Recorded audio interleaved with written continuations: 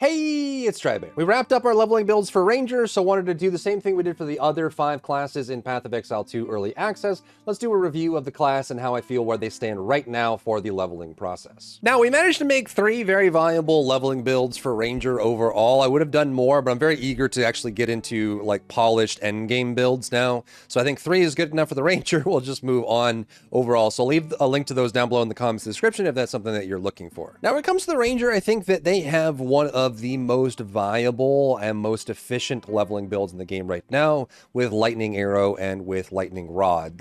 Pretty much all of the lightning abilities in the game right now are all very, very effective and very strong and very efficient. And Lightning Arrow, Lightning Ranger is one of those. So if you run Lightning Arrow with Lightning Rod, to be honest, these 2 starting abilities will carry you through most of the campaign and straight into endgame and even beyond that as well. However, I think that there's a kind of, unlike Sorceress right now, which has a wealth of great options to choose from, I do feel like a little bit that the Ranger class as a whole is being carried by the LA-LR combination right now, just because some of the other builds, while very viable, do require much more thought. It does feel kind of like a warrior in that there is a lot of power hidden in this skill tree right now, these skills that you can cut, but it does require some understanding on how they function, and it's not obvious how they function in general. A lot of the physical abilities and how they scale, getting frenzy charges or using marks, or even things like poison that are very convoluted and also quite different from the chaos builds that use poison and how they function as well. Poison actually as a dot functions, from Ranger at least, functions more like a bleed based on the damage that you deal with the attack, and a lot of the abilities like Toxic Growth will actually deal weapon damage instead of poison damage and scale off your weapon directly. So some things that are just kind of misnomers or easy to misunderstand. And then the other thing that I think that really stands out for me as Ranger is it feels like they are caught in the crossfire of the high-level philosophy that GGG needs to kind of settle in on in the next 6 to 12 months of the game on what they want to do. And that is, the game was marketed to be a slower, more methodical, more intimate version of Path of Exile 1, in that it's meant to be slower combat with more deliberate animations and time frames and decisions in the moment on how you play, much more like a Souls-like or like a true action, like 3D action RPG would be, rather than like the hyper-optimized burst fest that is Path of Exile 1, like how fast, how destructive can you get? And there are classes right now and builds right now that are doing exceptionally well, like the lightning build for Mung with the charge staff and with like actual doing like Tempest flurries and things like that, the lightning spark build for Sorceress, and even the lightning build for Deadeye in some cases. But I feel like there's a lot in the Ranger kit that actually has these warrior style animations. Like there's a lot of extended animations, but there's also a lot of built-in movement as well. So things like being able to flip backward from Toxic Growth, things like the electrocuting arrow, which you have to flip over the target. There's so many things that just have like extended animations on them that I think get kind of odd in hyper endgame, but are super cool and thematic in the early game and in the mid game as well, while you're still doing like cruel and stuff like that. But once you get to map, some of these animations feel a little weird, and I think that they're it's a little bit of a victim of that current situation where GGG just needs to decide what they want to do. Do they want the insane APM Spark Archmage to be in the same build as a I don't know, like a Sunder Warrior or like a Flippy Ranger? Do we want those 2 things to coexist in the same universe? And if so, how are they going to go about doing that? Because there's definitely some conflict in those things existing at the same time. And that, as a consequence, also has some other impacts as well. And this is something that I think is true about all games that have, like RPG games with this kind of action style combat, is in general, players are going to prefer effects and abilities that are more immediate and have an immediate response or value returned to the player. So it's like in MOBAs, in MMOs, in ARPGs, in action games, it's always the builds and the classes that can clear things very fast or can do things very fast versus the builds that have to wind up to do things or have a delayed interaction. So things like we already talked about, like having a delayed explosion on toxic growth, or a delayed explosion on electrocuting arrow, or a delayed zap on shock chain, or things like that. Like having this delayed effect, or having a charge up on detonating arrow, or a charge up on snipe, locking yourself in place, charging up the ability versus just blinking around and shooting out your, Star Wars kid, lightsaber build, or your shock spark build or something, versus having to lean into it and wait for things to explode or wait for things to happen, is obviously going to be a big toss-up in games like this. And I think that if they want these abilities to be competitive, Ranger could be super fun, right? You can have these crazy cool snipe builds. There are snipe builds, there's detonating arrow builds that work fine. They do great at bursting bosses, but they do struggle a little bit when they're swarmed, especially by hasted enemies, because they have to kneel down and they have to do their charge up and they have to do their little flippy and all of that. So I think that, as it is right now, it's hard for me to give a Ranger like a pass with flying colors. There's plenty of power in here, some cool combinations that really work, but I want them to kind of solve the paradigm of how will the slow animation, more preemptive, planned out abilities function alongside the fast ones, right? Can I actually use things like Mantra of Destruction, or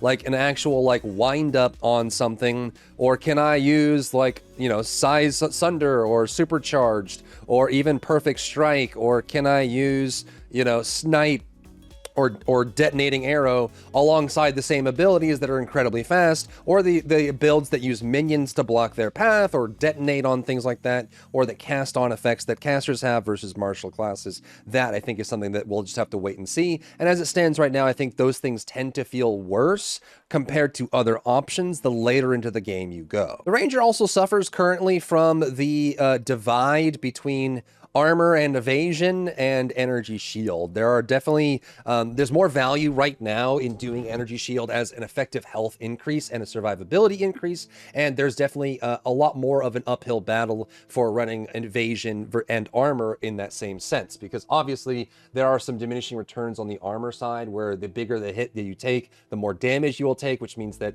you may be able to shrug off small mobs, but up against a boss, they can still one-shot you, which means that stacking all that armor and health is going to be meaningless if you can't survive that one hit. There's also challenges with evasion as well, and even some of the better options like the acrobatics come with a very huge negative downside, which makes things really hard to kind of build and struggle for. Whereas on the mana / energy shield side, you can do things like being able to go up to like Mind Over Matter and combine your mana pool with your health pool for effective health.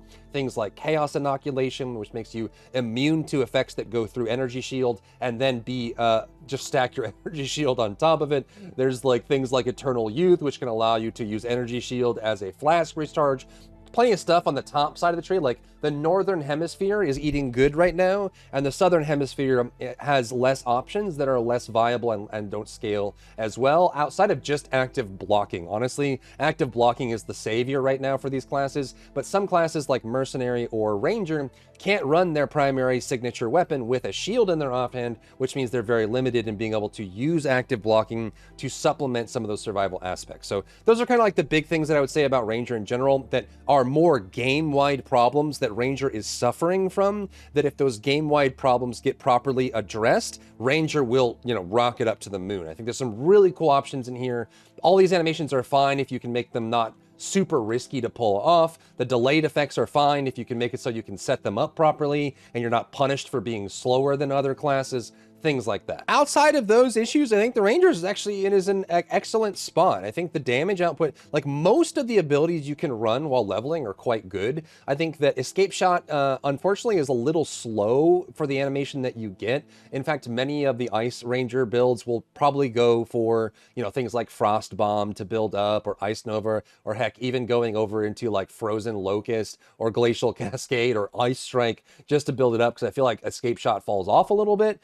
Vine Arrow falls off a little bit as well. Lightning Rod is ridiculously strong. Freezing Salvo, very reliable. And I think that like everything down here is super good as well. I think Magnetic and even Spiral Volley, if built correctly, can be good. Tornado Shot is super fun to use. All of those kind of line up. Rain of Arrows, even after it got nerfed, is still very strong, especially with, managing frenzy charges. I think all of those kind of come together well. There's definitely a little bit more to be desired from the mark system. You can actually could come in here and get like some mark increases to make them a little bit more reliable and some bonuses on them as well. But it does feel like marks are a little bit weaker in their implementation than, say, curses are right now, for example. I would like to see more of these scale up in better, just to be able to get some nice value out of it. But I think that it is kind of in a cool direction. And I also love the fact that there's synergy with things like Hand of Chayula, or even going into like mace builds with like, you know, your sniper's mark as well. Things like that I think are really cool. Gearing wise, I think that they're in a good spot too. I think the combination of bow with quiver, there's a lot of really cool stats. Like it's almost,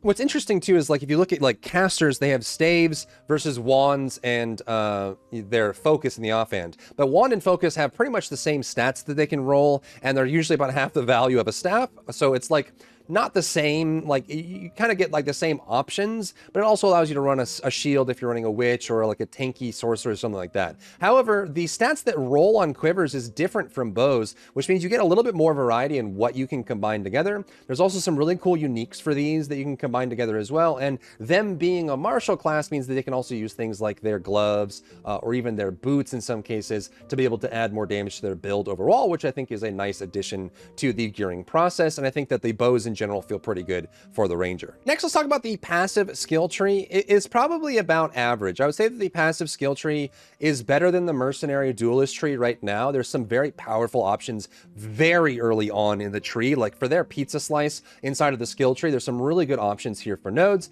and they're not quite as like marooned as the warriors in what they have available, because the warriors I think need more like mana options, more recovery options, maybe some you know, some decent options that allow them to play more with it that isn't like more mid-range. But in general, I think there's some good options here that are really strong. The only critique I have for the ranger skill tree in general is it feels like there could be one or two more node clusters that are quite different from the others, because initially a lot of these end up being very similar or samey in the direction you go. There's a lot of value in here in just going raw damage. There's some really easy access to some poison options, but I feel like the elemental options are kind of lacking. These nodes being 8% only damage, plus the whatever modifier, there's not a crazy amount of those. You can go further out for like some other like elemental options, or like further up, but it feels like a lot of the elemental options for Ranger are just really far away, and this one doesn't provide a huge bonus early on. There's definitely some good options for a flask. They have these nodes. These nodes are insanely valuable for early on. They have flask nodes here. They can even grab the merc nodes here as well if they really wanted to. More flask nodes here. Like flasks in general, probably just because they have the Pathfinder Ascendancy, but all of this comes really strongly together for them. But it does feel like there could be more choices. I like the monk tree for the variety of choices that you can pull. I like the druid and the Templar tree for the choices that you can pull out of the start and where you can go. And it feels like this is a little bit more one-dimensional than some of the classes, but at least it's one-dimensional with highly valued nodes. And I'm curious once we get Huntress online, like how this is going to play around with these options here, because there's a lot of projectile damage here, and maybe it plays better for Ranger than for Huntress. We'll have to see how they change this up, because obviously there's a lot of great options here for like attack damage or like attack damage, but a lot of it is projectile or attack speed, which may or may not be good for the Huntress, depending on what her skills actually end up being. Moving on to Ascendancies, I actually think I'm kind of like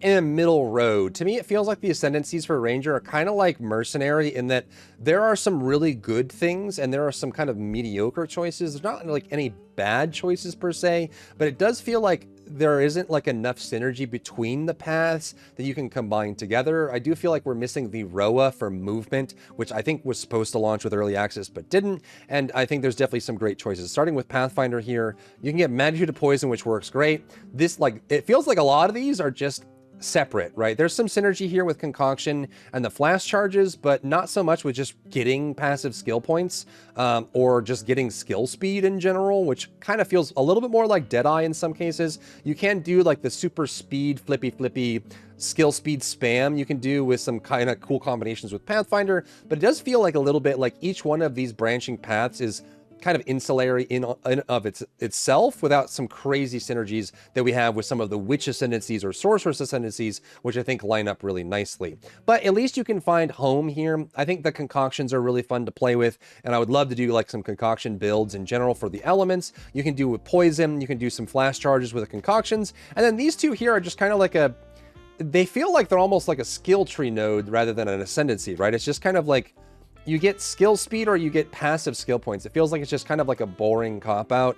Yes, it's effective. Yes, it's power, but it doesn't really get you as excited as maybe like the concoctions would, or like, you know, pausing time or summoning cool spirits with your totems, you know, things like that get really, really cool. And again, I feel like Ranger and Mercenary are in that camp of like, yeah, they're useful, but I feel like they could have been a little bit more inspired with how they do that, and I think Pathfinder definitely runs into that. And the same thing kind of goes for Deadeye as well. I think the additional projectile for free is insanely strong. Getting projectile speed and damage based on distance is also very cool. There's some other bonuses here for marks, applying additional mark, but again, it's not anything that's like super flashy. It just feels like they're all useful. The only thing that's like gameplay defining, I would say, is the tailwind mechanic. That idea, I think, is more suited for an ascendancy tree where it's like, okay, picking up tailwind is a decision, playing around tailwind is a cool effect, and that you have to build your build around it, and it's very build defining, but like making your abilities that you already have just be better doesn't feel as ascendancy worthy in many cases for Deadeye.